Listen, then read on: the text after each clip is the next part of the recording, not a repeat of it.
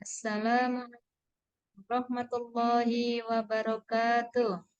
Pengertian sholat idain. Pengertian sholat idain adalah sholat sunnah 2 rakaat yang dilaksanakan 1 tahun sekali pada 2 hari raya, yaitu Hari Raya Idul Fitri dan Hari Raya Idul Adha. Hukum sholat idain adalah sunnah muakkad, artinya sunnah yang dianjurkan.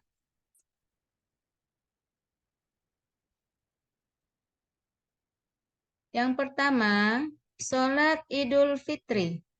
Pengertian sholat Idul Fitri. Idul Fitri berasal dari bahasa Arab, yaitu dari kata id dan fitri. Kata id berarti kembali, dan kata fitri berarti suci atau bersih. Jadi, sholat Idul Fitri adalah sholat sunnah 2 rakaat yang dilakukan oleh seluruh umat Islam setiap tanggal 1 Syawal. Niat sholat Idul Fitri. Bismillahirrahmanirrahim. Usolli sunnatal Idul Fitri. Rok'ataini mustaqbilal qiblati. Adaan makmuman lillahi ta'ala. Selanjutnya, hal-hal yang disunahkan sebelum sholat Idul Fitri. Yang pertama, mandi sebelum berangkat ke tempat sholat. Yang kedua, niat mandi. Niat mandi, Bismillahirrahmanirrahim. Nawaitul husla li'idil fitri sunnatan lillahi ta'ala. Artinya, saya niat mandi untuk sholat Idul Fitri sunnah karena Allah Ta'ala. Yang ketiga, memakai pakaian yang paling bagus dari yang kita miliki, bersih dan tidak robek. Yang keempat, makan dan minum terlebih dahulu. Yang kelima, memakai wangi-wangian. Yang keenam, melewati jalan yang berbeda ketika berangkat dan pulang dari sholat. Yang ketujuh, mendengarkan khutbah Idul Fitri. Yang kedelapan, mengumandangkan takbir dari terbenamnya matahari akhir bulan Ramadan sampai selesainya pelaksanaan sholat Id. Yang kedua, pengertian sholat Idul Adha. Sholat Idul Adha adalah sholat sunnah 2 rakaat yang dilaksanakan umat Islam setiap tanggal 10 Zulhijjah. Idul Adha berasal dari kata id dan adha. Id berarti kembali dan adha berarti kurban. Jadi, kata Idul Adha berarti kembali berkurban. Maksudnya, kembali melakukan penyembelihan hewan kurban sehingga dapat disebut juga dengan istilah Idul Kurban. Idul Adha dapat disebut juga dengan istilah Idul Haji karena pada tanggal 10 Zulhijjah tersebut umat Islam menunaikan ibadah haji telah menyelesaikan rangkaian ibadah haji. Niat sholat Idul Adha. Bismillahirrahmanirrahim. Usolli sunnatal li'idil adha. Rok'ataini mustaqbilal qiblati.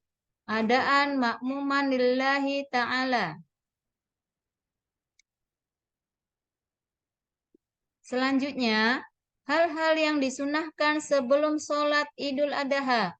Yang pertama, mandi terlebih dahulu dengan niat. Bismillahirrahmanirrahim. Nawaitul husla li'idil adha sunnatan lillahi ta'ala. Artinya, saya niat mandi untuk sholat Idul Adha, sunnah karena Allah Ta'ala. Yang kedua, memakai pakaian yang paling bagus dari yang dimiliki, bersih dan tidak robek. Yang ketiga, tidak makan dan minum sebelum sholat Id. Yang keempat, memakai wangi-wangian. Yang kelima, melewati jalan yang berbeda ketika berangkat dan pulang dari tempat sholat Id. Yang keenam, mendengarkan khutbah Idul Adha. Yang ketujuh, mengumandangkan takbir mulai tanggal 10 sampai 13 Zulhijjah. Selanjutnya, firman Allah tentang pelaksanaan sholat Id. A'udzu billahi minasyaitonir rajim. Bismillahirrahmanirrahim. Inna a'tainakal kautsar fasholli lirabbika wanhar. Artinya, sesungguhnya kami telah memberikan kepadamu nikmat yang banyak, maka dirikanlah sholat karena Tuhanmu dan berkurbanlah. Bismillahirrahmanirrahim. Walitukmilul iddata walitukabbirullaha ala ma hadakum la'allakum tashkurun. Artinya, dan hendaklah kamu mencukupkan bilangannya, dan hendaklah kamu mengagungkan Allah atas petunjuknya yang diberikan kepadamu, supaya kamu bersyukur. Quran Surah Al-Baqarah ayat 185. Selanjutnya, hikmah sholat idain. Yang pertama, hikmah yang terkandung dalam sholat Idul Fitri. Antara lain, 1. Meningkatkan kasih sayang kepada fakir miskin. 2. Mempererat hubungan persaudaraan. Yang ketiga, menyempurnakan ibadah pada bulan Ramadan. Yang keempat, lebih mendekatkan diri kepada Allah Subhanahu wa Ta'ala melalui takbir, tahmid, dan tahlil, serta zikir dan doa. Yang kelima, menghapuskan dosa dan kesalahan terhadap orang lain dengan saling memaafkan. Yang kedua, hikmah yang terkandung di dalam sholat Idul Adha. Antara lain, 1. Tanggung jawab sebagai pondasi aktivitas. Yang kedua, semangat yang tinggi dalam menjalani sebuah pengorbanan. Yang ketiga, kemampuan bekerja sama dengan pihak lain. Sebagai contoh Nabi Ibrahim alaihissalam dalam mengemban amanah dan tanggung jawabnya dengan istiqomah kepada Allah Subhanahu wa Ta'ala. Assalamualaikum warahmatullahi wabarakatuh. Terima kasih.